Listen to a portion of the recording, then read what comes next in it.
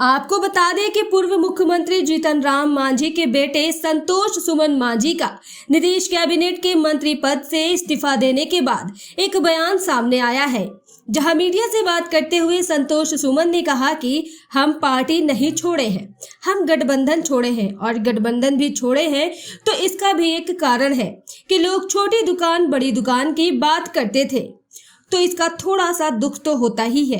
बाकी हम लोग गरीबों की आवाज बनना चाहते हैं, लेकिन उसका कोई गम नहीं है। हम लोग जनता के बीच फिर से जाएंगे और सड़क पर संघर्ष करेंगे। इसी दौरान और क्या कुछ कह रहे हैं पूर्व मंत्री संतोष सुमन मांझी, देखिए इस वीडियो में। दुलरुआ लगातार प्रहार कर रहे हैं, क्या कहिएगा? देखिए, पार्टी नहीं छोड़े हैं, गठबंधन छोड़े हैं। गठबंधन जी, गठबंधन भी हम छोड़े हैं। उसके पीछे कारण है जो स्वयं उन लोगों ने जाहिर कर दिया, सारी बातों को बता दिया कि हम करना चाहते थे। और हर व्यक्ति की अपनी प्रवृत्ति होती है और उस स्तर पर हम लोग नहीं जा सकते हैं। वो उस स्तर पर जाके बोल रहे हैं, बातें कर रहे हैं, छोटी दुकान बोल रहे हैं और बहुत सारी बातें जो सुनने को मिल रहा है। कहीं न कहीं लगता है कि हम लोग जिनके साथ हैं, जिन पर इतना विश्वास करते हैं और जिनको हम लोग मानते थे कि एक कुशल नेतृत्व करता है और बिहार को उस जंगल राज से उबारने में उनका बहुत बड़ा योगदान है और जनता उस रूप में जानती थी। अगर उस स्तर से इस तरह की बातें आती है तो थोड़ा दुख होता है। बाकी हम लोग किस कारण से अलग हुए आप सबको पता ही है और हम लोग को कोई दिक्कत नहीं है। हम लोग महागठबंधन में रहना चाहते थे, मजबूत करना चाहते थे, गरीबों की आवाज़ बनना चाहते थे, लेकिन उसका कोई गम नहीं है। हम लोग जहाँ रहेंगे सड़क पर संघर्ष करेंगे, अपने लोगों के बीच में जाएंगे, क्योंकि जनता जनार्दन है, मालिक है और जमहूरियत में उनका बहुत बड़ा योगदान होता है। उनके वोट से ही हम लोग प्रतिनिधि के रूप में उनकी सेवा करने के लिए आते हैं, तो उनके बीच में जाएंगे, अपनी बातों को रखेंगे और कहेंगे कि आप गरीब हैं, हम छोटी पार्टी हैं तो आप भी गरीब हैं। तो जिस तरह से छोटी पार्टियों को ख़त्म करने की कोशिश किया जा रहा है, गरीबों पर भी यही उनकी निगाहें हैं। इसलिए आप सतर्क हो जाइए और आज सतर्क हो जाइएगा तो निश्चित तौर पर जो इस विचारधारा के लोग हैं वो अपने आप सिमट जाएंगे, मिट जाएंगे। हमें क्या मिटाएंगे, खुद मिट जाएंगे। संवैधानिक संस्थाओं की स्वायत्तता पर बात करने वाले, मतलब सीबीआई या फिर पे प्रश्न चिन्ह खड़ा करने वाले लोग अब खुद ही निर्वाचन आयोग द्वारा जो प्राधिकृत दल है उनको दुकान की संज्ञा दे रहे हैं, कैसे देखते हैं? निश्चित तौर पर एक बहुत बड़ा सवाल है आपका और ये सवाल आपको पब्लिक डोमेन में भी देना चाहिए। आप एक चीज़ मान लीजिए कि जो बाबा साहेब पर विश्वास करते हैं, हमारे संविधान पर विश्वास करते हैं, इस देश की अखंडता पर विश्वास करते हैं और ये देश जो एक गौरवशाली इतिहास रहा है, हम पूरे लोकतंत्र की जननी है हमारा बिहार, खास करके लिच्छवी वैशाली की हम बात करते हैं।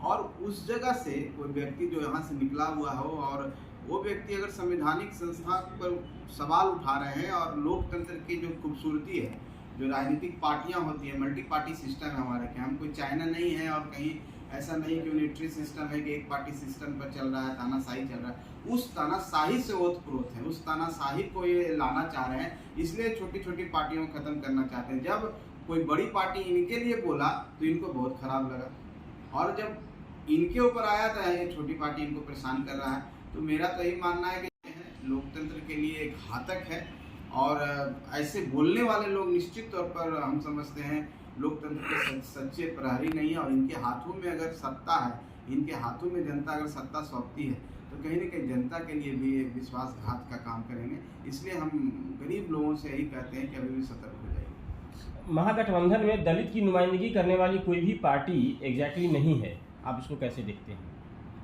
आप थे तो आप ही नहीं है, न बसपा से उनका कोई बात हो रहा है, कैसे चले? देखिए, हम लोग तो इस विचारधारा को नहीं मानते हैं कि जाति व्यवस्था से पार्टियां चलती है, चाहे कुछ होती है।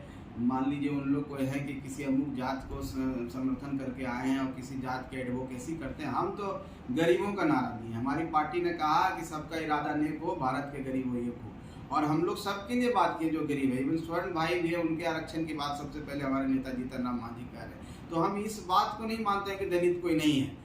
दलित कोई बात नहीं होता, किसी भी पार्टी में जाकर लड़ सकते हैं। कोई जरूरी है कि पार्टी हमारा है तो हम सिर्फ एक ही कास्ट को रिप्रेजेंट कर रहे हैं या दलित को रिप्रेजेंट, हम सबको रिप्रेजेंट कर रहे हैं। और लोगों को यही होना चाहिए, तभी इस राज्य का विकास होगा। इस मानसिकता से उनको उभरना चाहिए।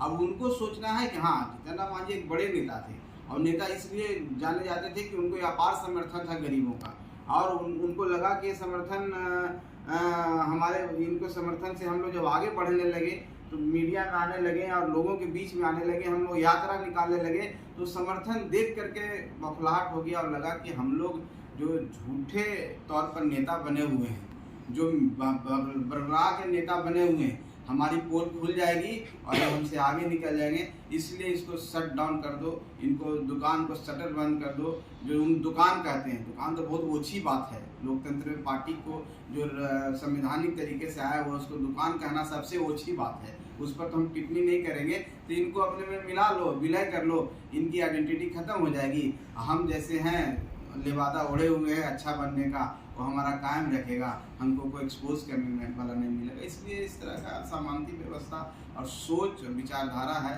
जो हम लोग इस तरह की बात करते हैं। जी, संरक्षित मतलब जनप्रतिनिधि हैं, पीएचडी हैं, और तो क्या संतोष सुमन का नाम नहीं आना चाहिए आगे सीएम कैंडिडेट के लिए, जैसा मांझी जी ने पहले भी कहा है? शायद इसकी प्रतियोगिता तो कहीं नहीं शुरू हो गई है अंदर खाने में। देखिए, मांझी जी ने जो बोला एक पिता का उद्गार था। हर पिता अपने बच्चों के लिए भला चाहता है, बच्चों के लिए चाहता है कि अच्छा करे, और एक हर पिता का सपना होता है।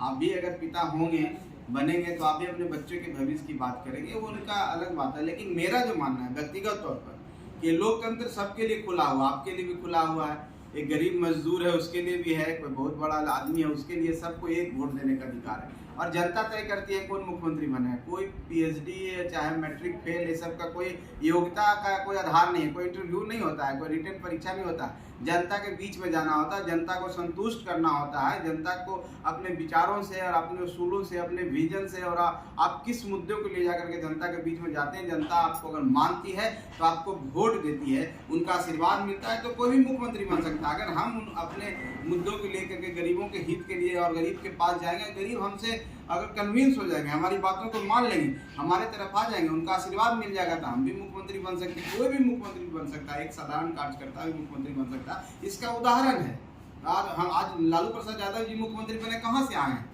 बहुत बड़े घर के तो नहीं थे, एक साधारण व्यक्ति थे। नीतीश कुमार क्या थे? एक साधारण व्यक्ति थे। जीतन राम मांझी क्या? एक बंधुआ मजदूर के बेटा थे। उसी तरह से नरेंद्र भाई मोदी प्रधानमंत्री बने तो कौन से बड़े थे? यही तो लोकतंत्र की खूबसूरती है। इसको लोग मिटाना चाहता है, इसको लोग मिटाना चाहता है तो बाबा साहब का संविधान इतना कमजोर नहीं है, उनको निश्चित जवाब देगा। शोषित और वंचित की आवाज अब तक आप उठा रहे थे, आपके पास मंत्रालय भी था, अब आप सरकार से बाहर हैं, शोषित और वंचित समाज के लिए संतोष सुमन अब कैसे आवाज बुलंद करेंगे? देखिए, मैं धन्यवाद देता हूँ माननीय नीतीश कुमार जी को। एक अहम जिम्मेवारी थी और उस जिम्मेवारी के बहुत पहले हमको समय नहीं मिलता था। अब तो मैं फ्री हूँ और मैं हमेशा कार्यकर्ता की तरह रहा हूँ। मैं कभी अपने आप को मंत्री, नेता और इस तरह से नहीं प्रेजेंट किया हूँ, न देखता हूँ। मैं कार्यकर्ता की तरह रहा हूँ और मैं धन्यवाद देता हूँ कि उन्होंने मुझे मुक्त कर दिया और मैं जाके अपने लोगों के बीच में बैठ के खाना खाऊंगा, उनका दुख दर्द जानूंगा, उनका प्यार बांटूंगा और उनमें विश्वास पैदा होगा तो निश्चित तौर पर और हम मजबूत होंगे, हमारी पार्टी मजबूत होगी, संगठन मजबूत होगा और एक अच्छे विकल्प रूप में बिहार में हम लोग फिर से उभरेंगे और अभी भी हैं और मजबूती से उभरेंगे और ये जो उभार होगा उनको दिन में तारे नजर आएगा। धन्यवाद।